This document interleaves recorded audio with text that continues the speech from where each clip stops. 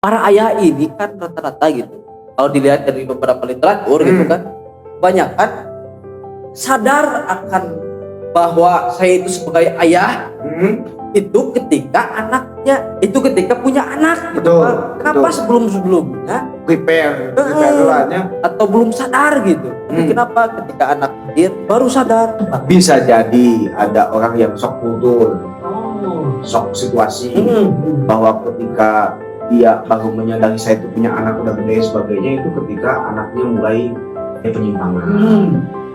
Ketika anaknya mulai tumbuh tidak sesuai dengan fitrahnya. Ketika anak tumbuh dia tidak sesuai harapan. Contoh kan gini, banyak di Instagram itu ada meme yang bilangnya bapak-bapak sering kerja, dia banting tulang, tapi ketika mendengar anaknya sedang membaca perkalian 1 kali 1 kali 1000, misalkan gitu ya. Begitu sakit hati saya ketika mencari nafkah dan ternyata saya belajar kalian saja salah. Tapi itu begitu menyakitkan. Baru terasa bahwa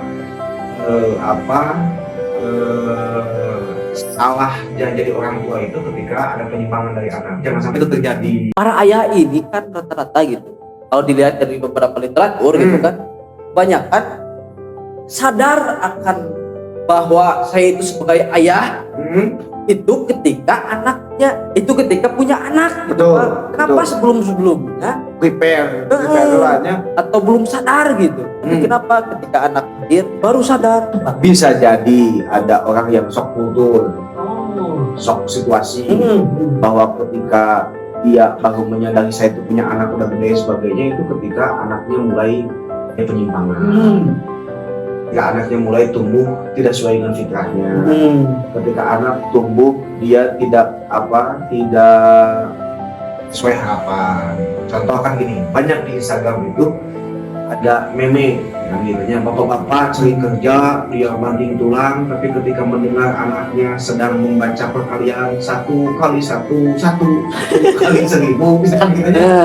Begitu sakit hati saya ketika mencari nafkah dan ternyata saya belajar kalian saja salah. Tapi itu begitu menyakitkan. Baru terasa bahwa